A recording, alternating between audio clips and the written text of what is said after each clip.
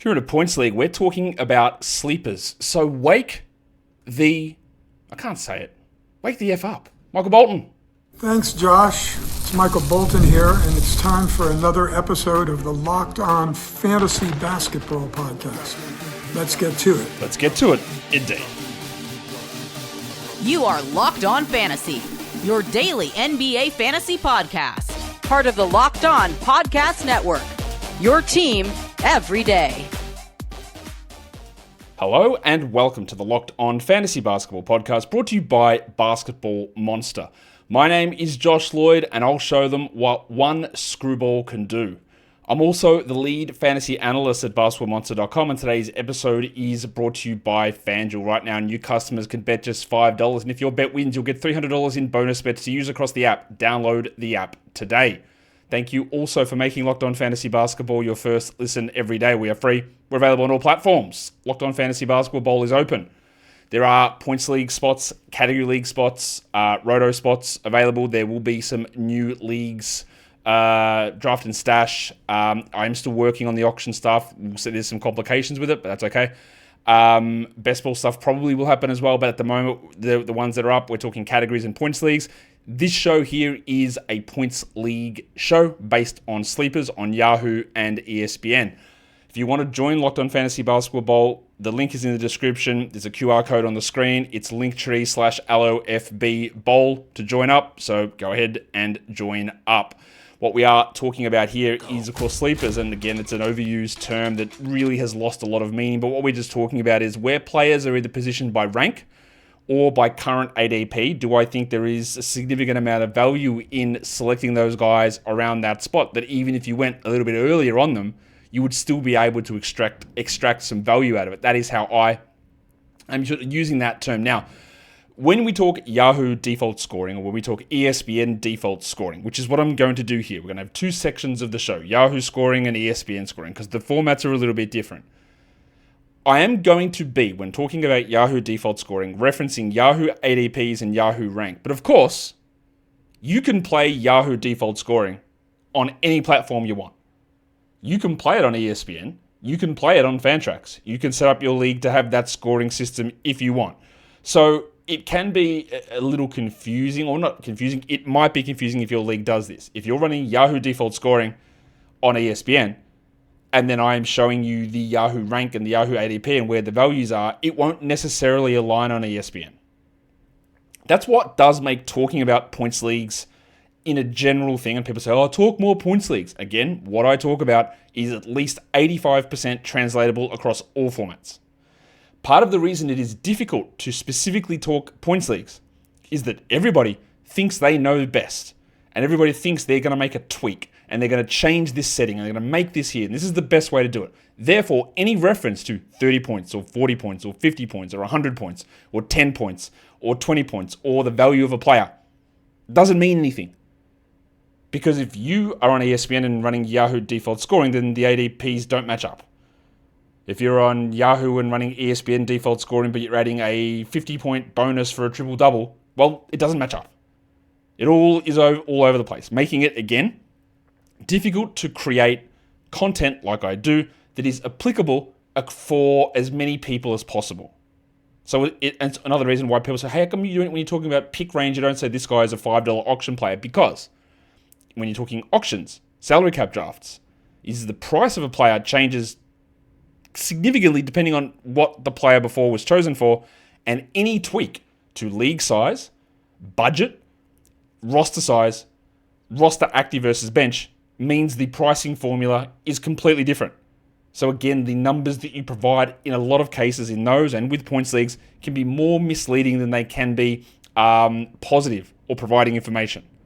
So I just want that very clear here. When we are talking about sleepers on Yahoo for points league, I am talking about players with Yahoo default scoring and how it compares to Yahoo's current X rank on September the 19th and Yahoo's current ADP. When I'm doing ESPN, I'm doing ESPN's default scoring, which will be the scoring we use in Locked On Fantasy Basketball Bowl. But comparing it to ESPN's ADP and ESPN's specific points league rank. And if your setup differs from that, well, these will not be as accurately tied as you would like. So just that your reliance on them should be tempered because of that. Let's talk Yahoo. Let's talk sleepers. Let's talk guys in Yahoo points leagues. Again, it's not about necessarily, well, Embiid is sitting at 50. That's a steal because we know the risks associated with that. These are just guys that I'm looking at. And one of the names is an injury sort of guy in this first grouping that I'm talking about inside the top 50. But the Embiids and LaMelos and Kawhis are pretty obvious why they're positioned where they are. These are 5 players that are currently ranked inside the top 50 that I think you can get some good value on. And you know that, again, did not think this would be the case, that I am higher on Amen Thompson and Josh Giddey. I did not think that I would be that. I thought that people would be going way out ahead of me on those players. Giddey's ranked in the third round at 35 on Yahoo. To me, that's silly. He's a pretty easy top 20 points league player. And no, it's not because of what he did in those 2 months. It's all about projection out. And I think that he sits very comfortably in round 2. Amen Thompson, I think he's going to start and play 34 to 35 minutes. I think that's pretty undebatable. And he's sitting with a rank of 38. I think these are pretty obvious second round sort of players. Yet you can get them way later. The one that I did reference, and you can see it on screen, talking about injury risk, is Demetrius Morant. Now, I could easily put Zion Williamson in this list, and I think Zion could be a gigantic steal, but there is a little bit more risk with him. But Morant has an ADP of 41. He's got a rank of 29. I think that on a per-game basis, he will pretty comfortably be able to jump inside the top 20. Now, last season, he didn't. He was 37th. Reminder, he played only 30 minutes. He played only 50 games.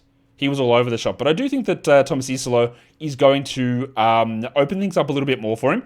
Hopefully, the minutes push up a little bit more for Morant. Now, the injuries, who knows? But I think if you're getting Morant, especially at that ADP of 41, in that 4th round, I think that you've got maybe 2 rounds to play with there. And I just haven't mentioned him very much at all. I think Morant's sort of a guy that's not being discussed in many spots at this point. And I do think he's worth talking about. The other guy I've got on there who's a top 50 player is his teammate, and that is Jaren Jackson Jr. It does look like Jaren is going to be ready for the beginning of the season, which I love. He is going to be the number 2 offensive guy nearly every game. And in games when Morant is not there, he will be number 1. And he's ranked at 48. So barely inside the top 50. Now, he is a better category league player than points league player almost universally, almost every year. But that doesn't mean that he's bad in points leagues. And I think that at 48, like you're talking about a guy that then maybe he's in the 50s. I'd be really happy to get that. The next bunch of guys are guys between 50 and 100, and they're names that you've heard me talk about a lot. Mark Williams. Yeah, I know he's had a lot of injury problems, but this is literally just free. Like ADP 85, ranked 93. It's free. This is a top 50 player on a per-game basis pretty easily. I could say that Zion Williamson's a top 15 player per game basis. You pick him at 50, there's still some risk. You could say Embiid is that as well. You could say Kawhi is that. There's still some risk taking him in round 4 or round 5, right? Mark Williams in round 8, 9, maybe in the hundreds even, is what is the cost of that? There's nothing. I love it. Jakob Poeltl. Again, I don't really understand why Poeltl is continually being positioned where he is. It doesn't make a lot of sense to me that he is there at 86. To me, he's a top 60-ish guy. And Denny Abdir, another one like Amen Thompson, another one like Josh Giddey, that I just thought I'd be way behind on, but turns out I'm ahead of most people.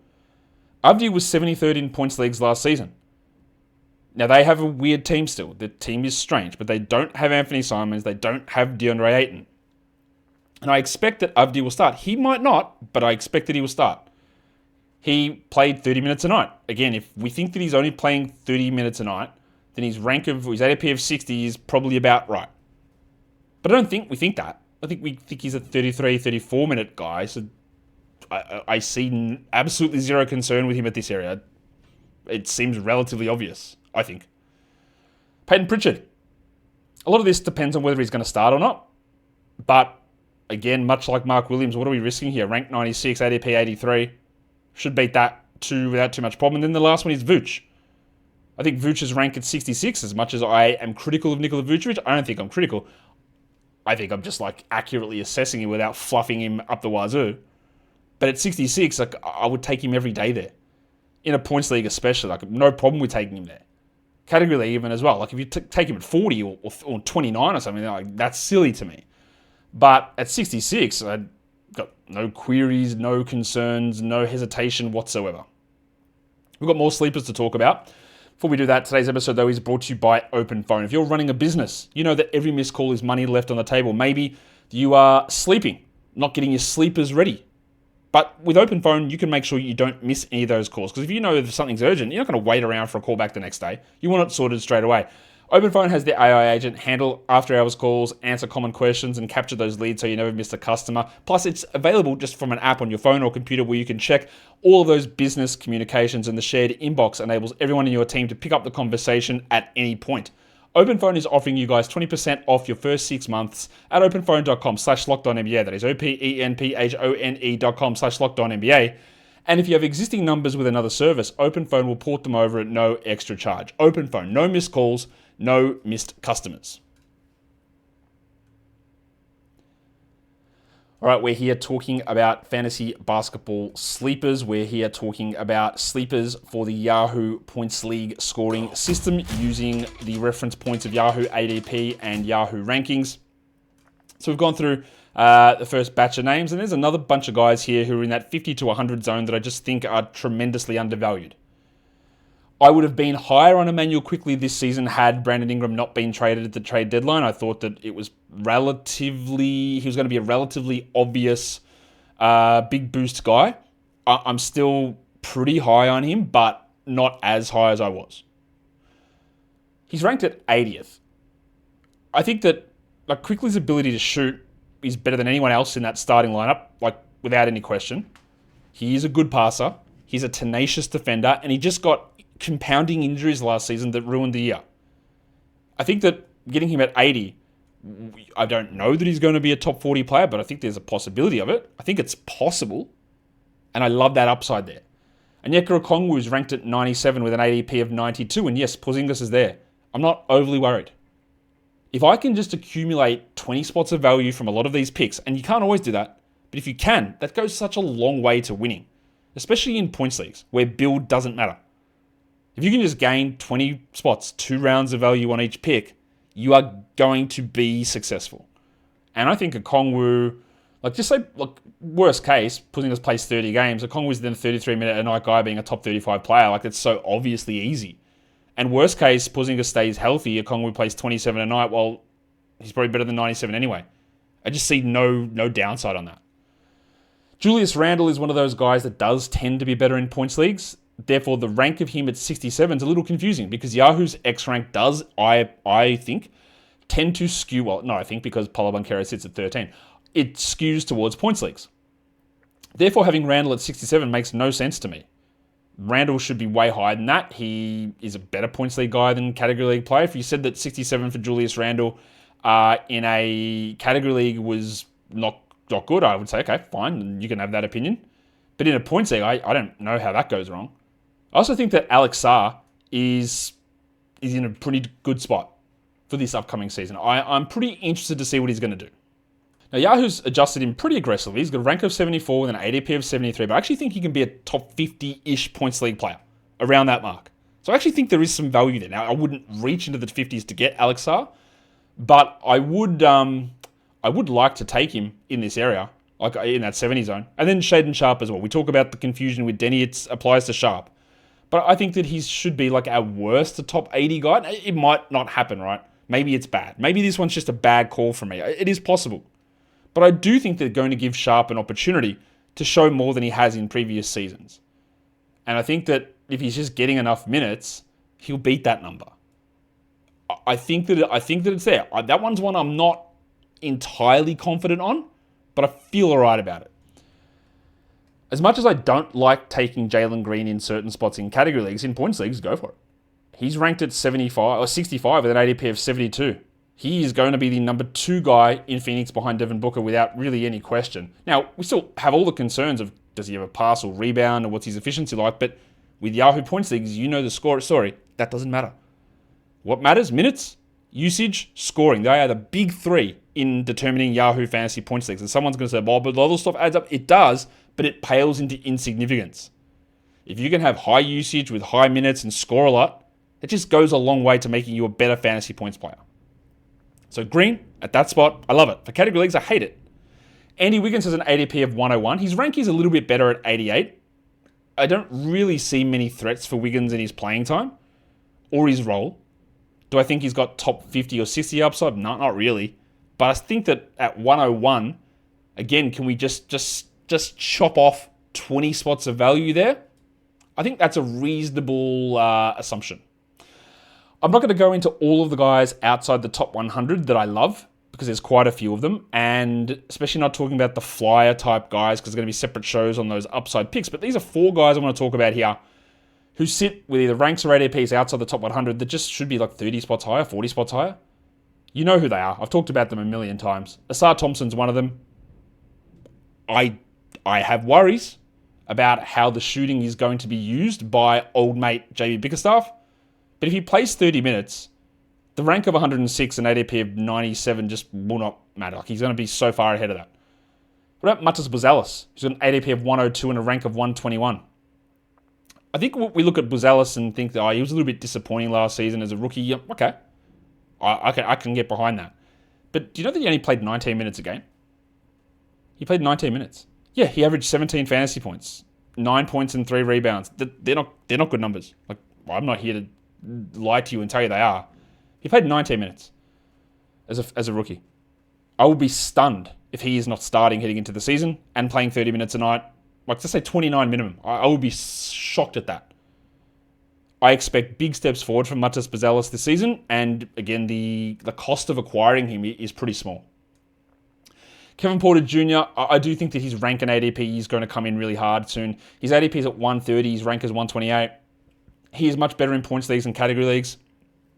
It is not wild that Kevin Porter Jr. could be a top 50 player. Why? Look at the Bucks roster. There's Giannis, and then who's next in usage? Kuzma? Is it Porter? Is it Portis? Is it Turner? I think it's Porter. Now, the risk is he doesn't even start, and it's Ryan Rollins or Cole Anthony. Yeah, that is a risk. But 130 ADP, rank 128, if he starts, that is done. That number is finished. Like, he's cooking that. The last one there is Sterling Henderson, Scooter. ADP 129 and a rank of 147. 147 is incredibly late for Scoot. Even if I'm a little worried about where the role goes and how the minutes line up, that's fine. I think, again, in a points league, he is a better option than what he is in a category league. And you can easily squeeze 30 spots out of that. Easily, I think. I don't know that he's going to start, but it's year 3. He's a number 3 overall pick. You'd think after trading Simons that at least give a shot at it. I still don't know, though. Who knows what they do with Drew Holiday? The team is incredibly weird. There are options on this team, but they are a confusing team. We know this. Let's talk about ESPN points leagues. Go. Because the scoring system is different. There are penalties on ESPN for missed shots. Steals and blocks are weighted more.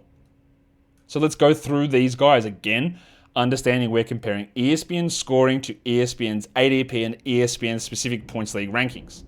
Inside the top 50, I've got a bunch of names here that I think are pretty good value. Kevin Durant's ranked at 30. Now, Kevin Durant's value in points leagues is not as high as it is in category leagues. That's been well established.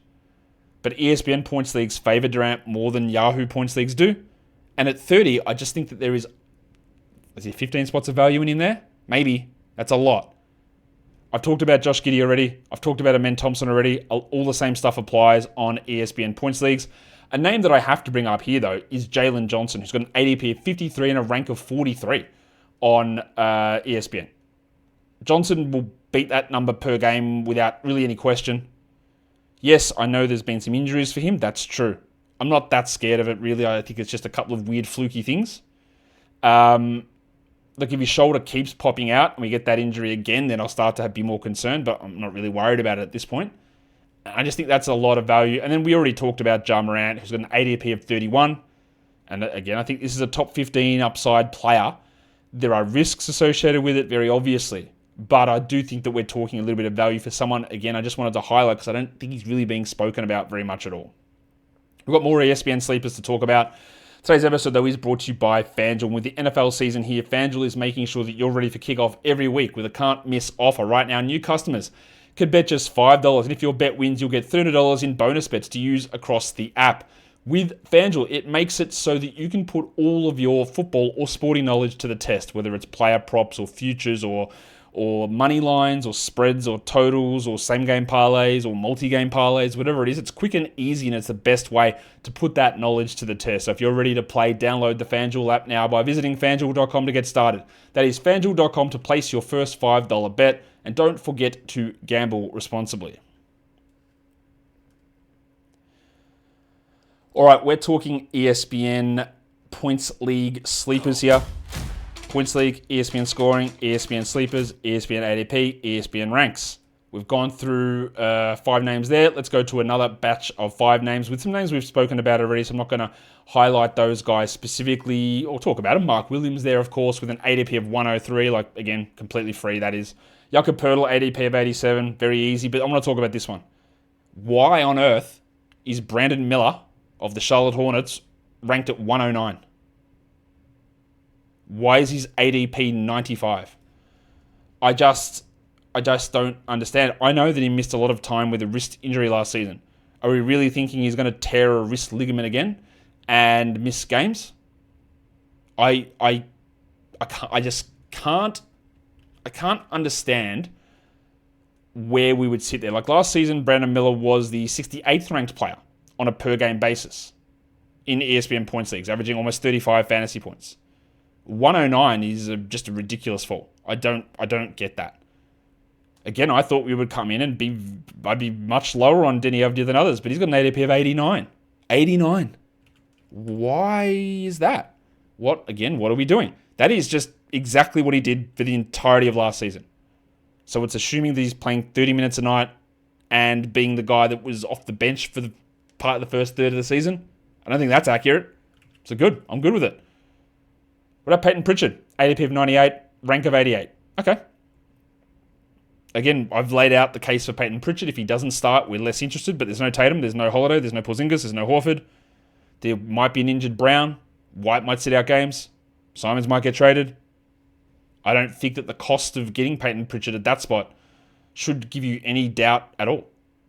Even if I think Peyton Pritchard's a top 50 guy, you don't take him there. No way. You just think that, hey, I really like getting him here at 80. See how it goes. If it works out, it works out. And that's one of the conundrums with sleepers and ADPs and ranks and all that sort of stuff, right? Is that you might see Peyton Pritchard like you are now with an ADP of 98 and go, wow, Josh thinks he's a top 50 guy and I think he's the 55th best player. So, man, that's so much value. I've got to get him. And you go and pick him at 65. And you know what you've done then? You've just taken all that value away. So while it would be great to be able to get him at 90, going earlier and getting him at 65 is the same as missing out, really.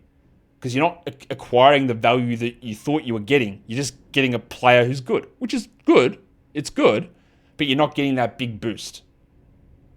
Often at times, especially if there's like a 40-50 spot gap between where an ADP is and where you value a player, if you split the middle, you still get enough return with knowing that you've gotten that little bonus in there. But also, if you don't get the player, it's okay. Other options will appear. Feel confident about that. I think the Jedi OG Anunoby is just positioned a little bit too low. OG down the stretch last season was awesome. Now, I don't know if that high usage is necessarily going to continue under Mike Brown. I do think the minutes will drop a little bit, but an ADP of 86 gives you plenty of wiggle room there with Anunoby. So I'm really okay with that. Okongwu we spoke about already. His ADP is at 103.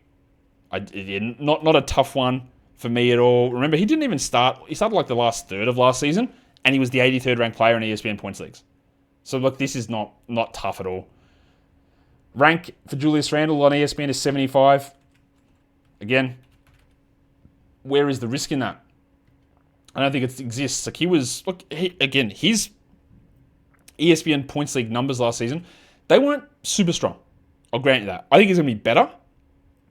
Losing Nickeil Alexander-Walker, I think, might help a little bit, just in terms of just a few more ball handling opportunities, plus second year with the team and with his teammates in the system. But I think there's good value there. I think DeAndre Ayton with an ADP of 108 is pretty clearly good value. And then Alex Sarr's ADP is 113. Now his rank at 77 is still nice, but at 113, that is just one of those ones that, you know, you don't like to call it that, but it pretty much feels like it can't go wrong. And then I've got 5 more guys here that are outside the top 100 that I think that, not talking necessarily just flyers or breakouts, these guys are just sitting in the wrong spot. Amen Thompson, again, 30 minutes a night, and he beats this without too much of a problem. I don't think there's too much of a concern there. In his, 24 minutes, he was 130th last season, 22 minutes a game, 130th. I feel like he's going to do better than that. Emmanuel Quickly's got a rank of 102. Okay?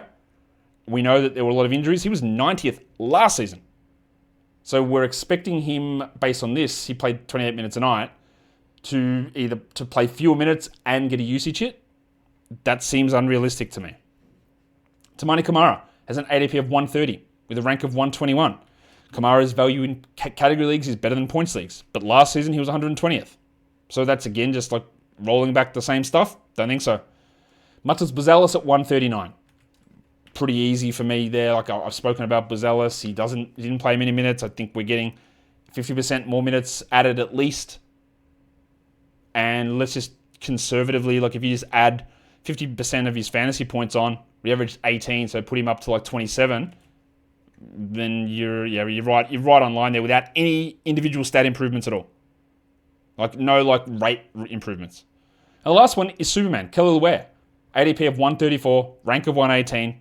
The trade of Haywood Highsmith makes me feel more confident in him. They don't have a backup center, so I don't know how they're going to run that. Maybe they start Jovic and Ware plays like 27 minutes. But Kelly Ware has got top 100 upside. And unlike on Yahoo, where I believe he's ranked in the 80s, that takes away a lot of the upside of Ware. At 134 or a rank of 118, it doesn't take away upside. It just gives it to you on a platter. Showing that, again, like in these later rounds, Kamara, Buzelis, Ware, Quickly, Thompson, they're pretty obvious picks, I think, that make a lot of sense to grab there. And it would take some weird things, and weird things happen, but it would take some weird things to go down for those guys not to give back that value and give it back by a decent chunk. That is points leagues and sleepers. We will do another one of these as ADP and draft boards and ranks change on the sites and we get more news and preseason comes out, obviously. We will do that. That is how we roll on this show. What you can do, though, is check out Locked On Fantasy Basketball if you want to get into a draft. Some slow drafts will be starting on, I think, the 27th or 28th of September. They're slow drafts. Remember that? Slow. I know there's going to be people who don't look at any settings when they join a league, which is wild, but they won't look at them. And they'll go, man, hey, how come nothing's happening in the draft? Because it's 7 hours per pick. But go to the link, linktree/LOFB Bowl, sign up, points leagues, category leagues, it's all there. If you haven't done a Roto League before, join one. If you haven't done a points league before, join one. Join all of them. Totally cool. And then subscribe. If you're on the mobile app here, hit the hype button. Otherwise, subscribe. We'll do it anyway. Subscribe and thumbs up and comments down below. Guys, we are done here. Thank you so much for listening, everyone. See ya.